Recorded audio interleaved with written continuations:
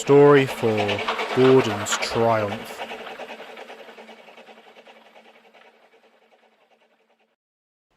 Gordon had been good for several days. He'd been working hard on the express trains to try and make up for his not so good first year. Soon the seasons changed from summer to autumn, and Gordon was starting to show everyone that he could be a success. While Gordon was finally proving himself to be a valuable asset to the railway, it did come with a price. Not for anyone that major, just for one engine. Much like Gordon, she was big, blue, and very fast. She had no name, just a number, 98462. Despite this, the engines had taken to calling her Princess, a rather fitting name that matched her spoiled and entitled attitude. She had originally been sent to the railway on trial, however she ended up being painted in northwestern colours, and it didn't seem like she was going anywhere anytime soon. She had been put on fast passenger duties, often pulling the big express. However, since Gordon's arrival, she found herself being put on regular passenger work, and in some cases, even on goods. This made her very cross. "None of this is fair," she complained one day in the yards. She was going on another one of her rants, as Thomas shunted a train of trucks for her. "At least you have work," Thomas said grumpily. "If it wasn't for the fat director, you'd probably be stuck in the shed. I don't know what he sees in you." Princess snorted. "I am a luxurious express engine built for speed. It's only thanks to that big blue blowhard Gordon that I've been demoted. I don't deserve this treatment. Hey!" Thomas gave her a rude bump as he shunted a long line of trucks onto the back of her tender. "Get over yourself," he said rudely. "Your train is done, so get going." Princess snorted crossly and flounced away. Later she was complaining to a friend of hers. While this engine did have a name, very few actually knew it. She mostly got called by her number, 87546. But to Princess, she was Fee, her only companion. "It's honestly disgusting the way that they've treated me," Princess complained loudly. "Do they realize who I am?" Fee rolled her eyes. I mean, come on," Princess continued. "I am one of the finest engines ever built. This railway wanted an Atlantic, they got one, and now they've just thrown me aside." "You are the railway's golden girl," said Fee with little emotion. Not that she ever really showed much anyways. Princess sighed dramatically. "Ugh, I have had it with this backwards railway. There's got to be a way to get eyes back on me." There was a bit of a silence before Fee spoke up. "I mean, if you found a way to show Gordon's weakness, then the directors will start to doubt his abilities," finished Princess. "Then they'll realize that I'm the better choice for the express, and I'll get my train back." "Oh joy," said Fee, cracking a rare smile. "Then I can finally have some peace around here." Princess just giggled and puffed cheerfully away, trying to think of a plan. I could try to get him to go too fast again. Give the passengers something to complain about, but I might end up liking his speed even more. It'll only make my job harder. I cannot rely on cheap tricks. I need something better." Princess had steamed so far into the yards that she ended up into a part that was no longer used. This was where old rolling stock was kept.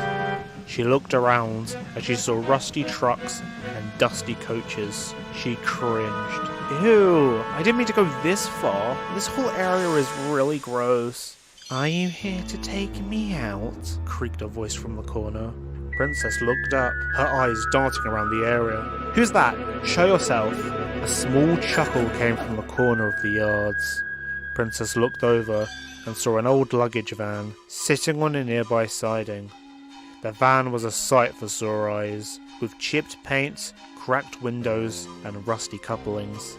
And who are you?" snorted Princess. "And who do you think that you're laughing at?" "I've been here a good year or two," grinned the van. "It's been an awfully long time since I've spoken to anyone." Princess blinked, confused. That didn't really answer my question." "You wish to play a trick on someone, and I wish to leave these yards," the van interrupted. "Perhaps we could help each other out." How could you possibly help me?" "My couplings are rusty, old and weak," smirked the van. "Couple me onto the head of the train that you wish to do over, and I shall handle the rest." Princess thought. It seemed very risky, and she knew that it would be very dangerous. But then she had an idea. We cannot risk anything happening to the passengers. Now, if you were to break away from Gordon on the hill, and I would be at the bottom waiting to catch the coaches, the passengers will see how brave I am and how reckless Gordon is. He'll be kicked from the railway and I'll be in charge of the express again. The loony old luggage van laughed maniacally. Oh, yes, yes. Excellent, excellent, excellent. We have a deal, you and me. What fun it'll be. And with the deal set, Princess rolled away back to the sheds, leaving the rickety old van still chuckling to himself. The next morning, Princess woke up bright and early. She made sure to be especially awake before Thomas. As she was getting steamer, Thomas began to stir. What's going on? He yawned half asleep. Oh, I'm off to fetch the express coaches from the yards, said Princess cheerfully. Give you a little break from your hard work. Oh, thanks, I mean 98462, yawned Thomas, and he went back to sleep. Oh, sleep well, Thomas. The big engine smiled sweetly. It wasn't genuine. Princess hurried away to the yards to fetch the coaches. Once all the regular express coaches had been shunted and coupled up, she went back to the far side of the yards to collect her new ally. Oh joy, I can't wait. This'll be so much fun, fun, fun! Princess laughed. Exactly! Gordon won't know what hit him. The luggage van grinned, shaking in excitement, as he was shunted onto the front of the train. Princess then shuffled all of the coaches to the express platform. It was so early in the morning, none of the passengers had even arrived yet. This'll teach them who to mess with, she thought. I am the princess of this railway, and this express duty is mine. A little while later, Gordon shuffled into the station to fetch his passengers. He was very surprised to see the coaches on the platform so early. Huh, Thomas must have done his job properly for once, he thought to himself. Princess was sat nearby. She had a goods train to take to Kildane, and was due to leave after Gordon. Everything was falling perfectly into place.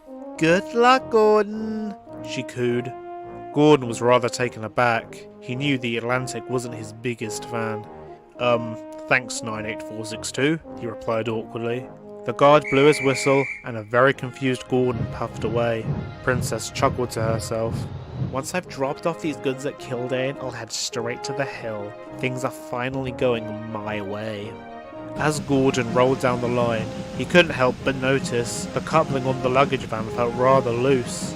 He soon became rather worried. This van isn't fit for the express, he thought. I'll have to be careful. When Gordon stopped at the workstation, he asked his driver to inspect the van. He agreed and wasn't impressed. This luggage van is old, and its couplings are faulty, he cried. Why, this shouldn't even be on the train at all. Gordon was worried, but he didn't want to be late. We have no time to take it off, he said. Is there a way that we can tighten the coupling? The crew all thought of what they could do. Then the guard spoke up. I've got some rope in my compartment. We can tie it around the van's coupling and loop it around Gordon's. It's not perfect, but hopefully it will hold over the hill. It's risky, said the driver, but we must keep to time. Then do it, cried Gordon. I'll be extra careful for the rest of the trip. And so with that, the plan was put into action. As this was going on, the van said nothing, and simply let it happen, with a big grin on his face. It wasn't long until Princess came puffing in with her train of trucks. She went to say something snarky, but she stopped when she saw what the crew were doing. She started to get rather worried.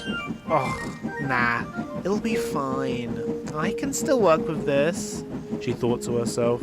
Soon it was time for Gordon to leave. He was now running a few minutes behind schedule. He rolled carefully out of the station, making sure that the rope didn't snap.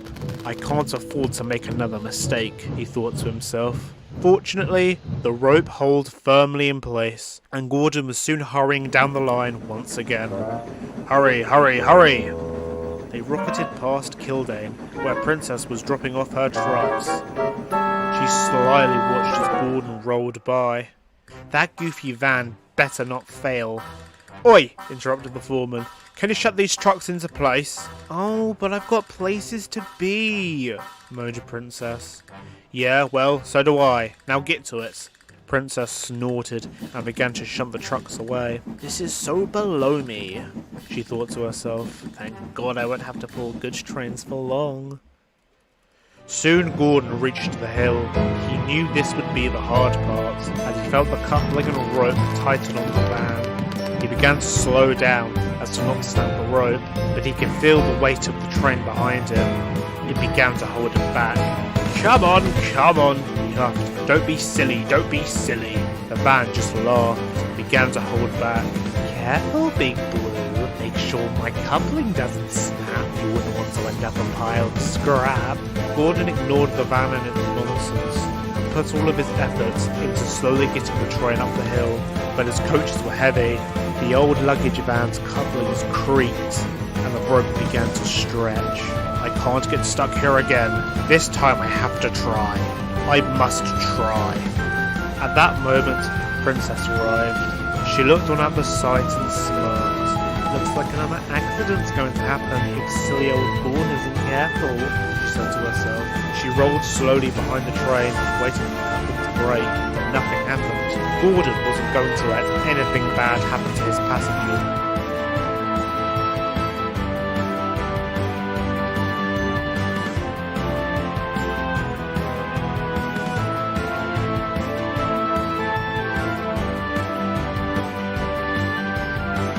He had made far too many mistakes, and he wasn't about to make another one. Lives could be at stake here. Right, Princess thought. I see what needs to happen. And Princess buckled up onto the back of the train and began holding back. Gordon groaned as he felt the train go heavier. The coupling on the luggage van creaked and a bolt came loose. Come on, he winced. Heave-ho, heave-ho, you can pull but I won't go, sang the luggage van. But Gordon was determined. He gave one last big effort and pulled the train as hard as he could. Sparks came erupting from his funnel like a volcano. Princess was losing the battle. She was no match for Gordon. This way to me, she hissed to the coaches. I'm not letting my express go.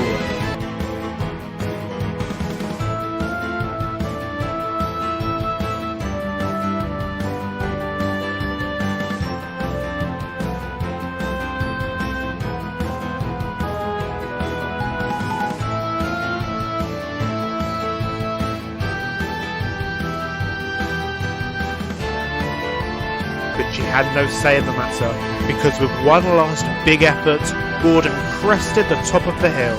The van's chain began to even out, and soon followed Gordon over the summit. The coaches quickly followed. Princess was furious. No, this isn't fair. But no matter how hard she tried to hold back, Gordon could now easily overpower her as he began to roll down the other side. It's all downhill from here, he whistled. He'd never been more proud of himself. He went so fast down the hill, Princess was unable to keep up. Slow down! But Gordon didn't hear her. In an ironic twist of fate, Princess felt her own coupling snap, and she was left behind, skidding down the hill in fright. Gordon rocketed away, with the luggage van cackling like a madman behind him. Princess quickly brought herself to a stop, and watched as her train went around the bend, under the bridge, and was gone from sight. Soon Gordon reached the other end of the line. He was a little late, but the passengers didn't mind. After everyone had disembarked, to Gordon's surprise, the Fat Director arrived. He had been on his train, and he was smiling. I'll admit, Gordon, I haven't been best pleased with your behaviour to start with. Yes, sir, I understand, Gordon said hastily. He blushed with embarrassment as he reflected on his behaviour over the last year. The Fat Director cleared his throat. But after seeing how well you've managed on the Peel Goods Red Line, as well as on the Express, it's clear to me that you can be a really useful engine. Oh well, thank you, sir, Gordon smiled modestly. Keep up the good work, Gordon, said the Fat Director, smiling back. If you're really good, sometimes I may even let you take director's trains. How's that? Oh yes, sir, Gordon beamed. I'll be as good as gold from now on, don't you worry. Good. Keep up the good work, Gordon. I look forward to be on your trains in the future. And with that, the Fat Director walked away, leaving a much more humble Gordon behind. You know, maybe this railway isn't so bad after all. But he said that bit to himself.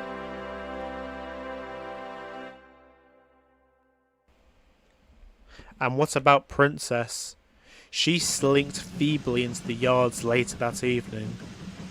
She looked all over the place, searching for that van. She soon found him, parked on the end of a siding in front of a small stream. Princess was fuming. Like, what the hell was that? She demanded. You were meant to break away from the train, and I was meant to catch it, saving the passengers. You didn't even try! The van looked at Princess with a raised bushy eyebrow and winked. Do you really think that there's an ounce of loyalty in me?